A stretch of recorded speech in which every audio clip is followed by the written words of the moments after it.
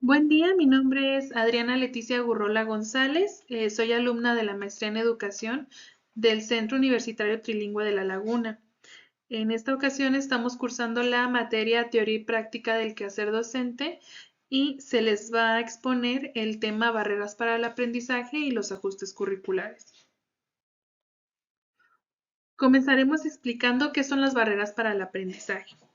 Y estas son entendidas como aquellos obstáculos que limitan el aprendizaje y la participación de los alumnos en la vida escolar, familiar y social, y en específico de aquellos que están más vulnerables. Este concepto tiene una perspectiva contextual y social sobre aquellas dificultades del aprendizaje o sobre los alumnos que enfrentan alguna discapacidad o algún trastorno y nos hace ver que pues esas dificultades o estas barreras para el aprendizaje son inherentes del alumno, o sea, las barreras se encuentran en el contexto que les rodea, es decir, en las circunstancias sociales o económicas que afectan sus vidas, en la familia que lo rodea, las políticas educativas, las culturas de los centros, los métodos de enseñanza de los docentes, viendo aquellas barreras como todo lo que rodea el contexto del alumno y no en sí la discapacidad o las dificultades que tiene el alumno. Y existen barreras actitudinales que estas se destacan por su tendencia a suponer que el alumno que enfrenta las barreras para el aprendizaje no es nuestro alumno, sino más bien el alumno de un especialista. Es decir, nosotros al no contar con el conocimiento para atenderlo, pues hacemos de lado nuestra responsabilidad de que debemos de atenderlo, ¿no? Algunos ejemplos sobre estas barreras actitudinales, pues sería la actitud negativa del docente hacia el alumno, es decir, que lo rechaza, que no lo quiere en clase, este, que se niega a atenderlo. Y otra de los ejemplos, pues sería muy bajas o muy altas expectativas de los padres. Las muy bajas, pues causan desmotivación en el alumno y las muy altas expectativas pudieran causar frustración. También hay actitudes sobreprotectoras por parte de los padres, de los docentes o de los compañeros cuando existe alguna discapacidad muy visible. Otro de los ejemplos pudiera ser el rechazo abierto y encubierto del personal de la escuela o incluso de sus compañeros. También encontramos las barreras metodológicas y estas se destaca la creencia de que es imprescindible en la clase trabajar con los niveles de aprendizaje semejantes entre el alumnado, pero también es imprescindible pues el trabajo individual, ¿no? Debemos de realizar ajustes en nuestras planeaciones para que todos los alumnos puedan acceder a los aprendizajes esperados. Algunas barreras, algunos ejemplos sobre estas barreras serían el currículo poco o nada flexible, el contenido curricular poco relacionado con las experiencias previas o la vida diaria de los alumnos, porque si nosotros no relacionamos los contenidos con la vida diaria de los alumnos, pues para ellos va a tener muy poco significado el aprendizaje que van a adquirir. Otro de los ejemplos sería las exigencias curriculares poco apropiadas a las etapas de desarrollo físico y psicológico del alumno. Es decir, no le vamos a exigir eh, el mismo nivel el mismo nivel curricular a un alumno que no tiene una discapacidad evidente o a algún alumno que ya se le hizo una prueba estandarizada y ya se detectó que su coeficiente intelectual está por debajo del promedio. Otro de los ejemplos sería la poca o nula correlación entre los contenidos. Hay veces que nos saltamos de un contenido a otro y estos no se relacionan y causa una dificultad o que los alumnos pierdan el hilo de lo que están viendo. Otro de los ejemplos sería la no adecuación del currículum según las características del alumno, es decir, debemos de contemplar sus intereses, su motivación, sus canales de aprendizaje y pues varios otros características. Otro ejemplo sería el material de enseñanza poco comprensible, que no nos apoyemos nosotros de material concreto, que simplemente demos una clase monótona que no le llame la atención a los alumnos. Otro ejemplo sería la escasa o nula coordinación metodológica entre docentes. En el centro escolar en los que elaboramos normalmente hay varios especialistas y pudiéramos como ponernos de acuerdo entre quienes lo atendemos, ¿no? Sería el maestro de grupo, el maestro de apoyo y el maestro del taller de lectura y redacción en caso de una primaria. Y en caso ya de secundaria, pues que todos los docentes estuvieran en concordancia sobre lo que van a enseñarle al docente y igual en concordancia en cuanto a los métodos que van a emplear para que ese alumno aprenda. Y otro de los ejemplos de este tipo de barreras metodológicas sería no reforzamiento ni generalización de lo que se enseña. Es decir, se ve el contenido y se deja de lado, se pasa a otro sin reforzar lo que ya se está viendo. Otra de los tipos de barreras serían las barreras organizativas. Las barreras organizativas tienen que ver más con el plantel en el que nos desempeñamos. Es decir, nosotros como docentes, cómo agrupamos a los alumnos, también cómo interviene y apoya a la comunidad a la escuela, qué tanto apoyo hay de padres de familia, también en la realización de tareas de sus hijos y cómo trabaja el colectivo docente, si se organizan, si generan dinámicas, si comparten conocimientos, si se comparten metodologías que les hayan como funcionado un poquito más con sus alumnos. Pasamos ahora a las barreras de tipo social y en estas básicamente este es el papel que juega la familia y el contexto que rodea a los alumnos en el proceso de enseñanza-aprendizaje. Algunos ejemplos de este tipo de barreras serían los prejuicios, la sobreprotección, la ignorancia, la discriminación, la escasa o la nula accesibilidad a centros o actividades extraescolares, la carencia de estímulos, la falta de recursos para el aprendizaje, el poco apoyo familiar y enseguida vienen las barreras físicas y arquitectónicas. Este tipo de barreras, pues como su nombre lo dice, tiene que ver más con el espacio en el que nos desempeñamos. Es decir, que haya ausencia de vías de acceso adecuadas para personas que tienen alguna discapacidad motriz, como falta de rampas, o tal vez de pavimento para que las personas se puedan trasladar de la manera adecuada.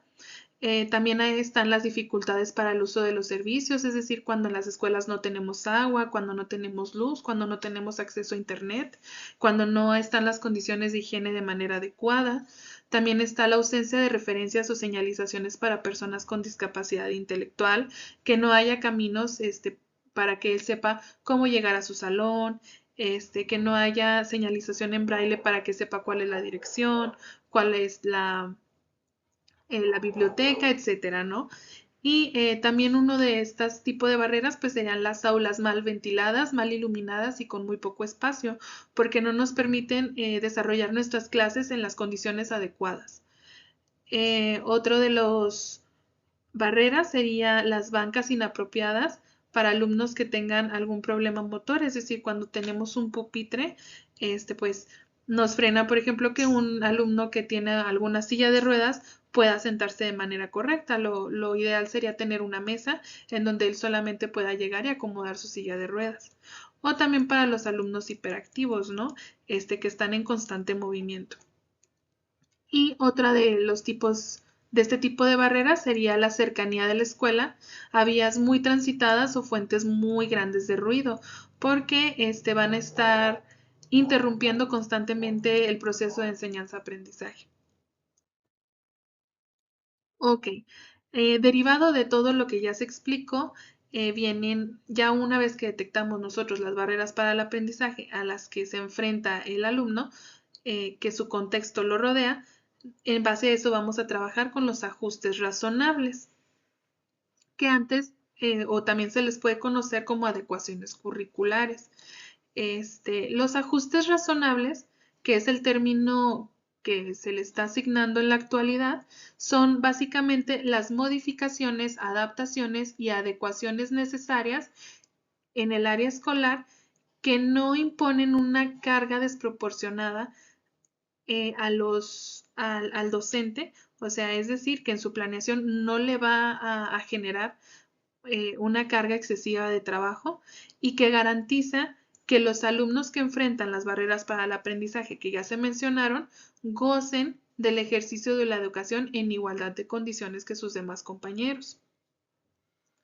Los ajustes razonables se refiere un poquito más al uso de materiales y actividades didácticas que permiten que las personas que tienen algo, que enfrentan alguna barrera para el aprendizaje, accedan al aprendizaje en diferencia de habilidades para ver, oír, hablar, puedan comprender y puedan lograr las metas del aprendizaje. Y pues la pregunta sería, ¿dónde y cómo vamos a aplicar estos ajustes curriculares? Uno de los lugares donde lo vamos a aplicar principalmente es en la metodología. Es decir, podemos modificar o modificar para que sirva mejor nuestra forma y la metodología de enseñanza de cada uno de los docentes.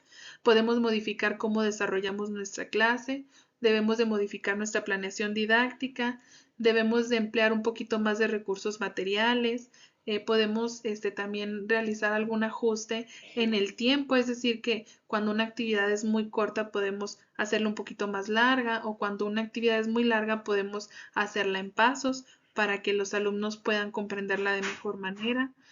También tiene mucho que ver con la organización del grupo, es decir, cómo agrupamos nosotros, si los ponemos a trabajar de manera colectiva en equipo o trabajan de manera individual. Tenemos nosotros que observar qué favorece más a los alumnos que enfrentan las barreras para el aprendizaje.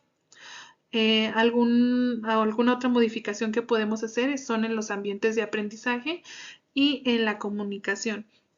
Cuando tenemos alumnos con problemas de comunicación que no pueden establecer o expresarse de manera verbal con nosotros de la manera adecuada, debemos de utilizar recursos visuales. En este caso serían los sistemas alternativos y aumentativos de comunicación. ¿Dónde más lo podemos aplicar? En la evaluación. Como se nos ha estado mencionando continuamente, nosotros debemos de evaluar de manera formativa, es decir, de una manera constante. Y debemos de estar contemplando pues los portafolios de evidencias, las listas de cotejo, los diarios de clase y las rúbricas. Pero todos estos portafolios de evidencia, listas de cotejo, diarios de clase y rúbricas se van a adecuar también a lo que el alumno con barreras para el aprendizaje puede acceder. No vamos a utilizar la misma rúbrica o la misma lista de cotejo para un alumno que enfrenta alguna discapacidad intelectual que para un alumno que tiene habilidades sobresalientes. También debemos de modificar y hacer este tipo de ajustes en los aprendizajes esperados. Es decir, debemos de priorizar tener un currículo flexible que esté apropiado a las etapas de desarrollo físico y psicológico de cada uno de los alumnos. Debemos de ajustar estos contenidos y los objetivos que tenemos de aprendizaje en base a la taxonomía de Bloom, es decir, vamos a utilizar los verbos de más poco nivel, ¿no? Para los alumnos que no pueden acceder, como todos los demás, a los aprendizajes esperados. También debemos de modificar los contenidos de los saberes científicos, tecnológicos y culturales que promueven el desarrollo integral de los alumnos. Estos pueden ser modificados y también deben de tener correlación entre los contenidos. Es como se mencionaba anteriormente, no pueden explicar un contenido que no tiene nada que ver con el siguiente. Debemos de buscar una relación para que a los alumnos le encuentren un poquito más de significado. Y pues eso es todo de mi parte. Les agradezco y espero que les haya gustado y más que nada que pudieran entender un poco más sobre el tema de las barreras para el aprendizaje y los ajustes curriculares. Gracias, hasta luego.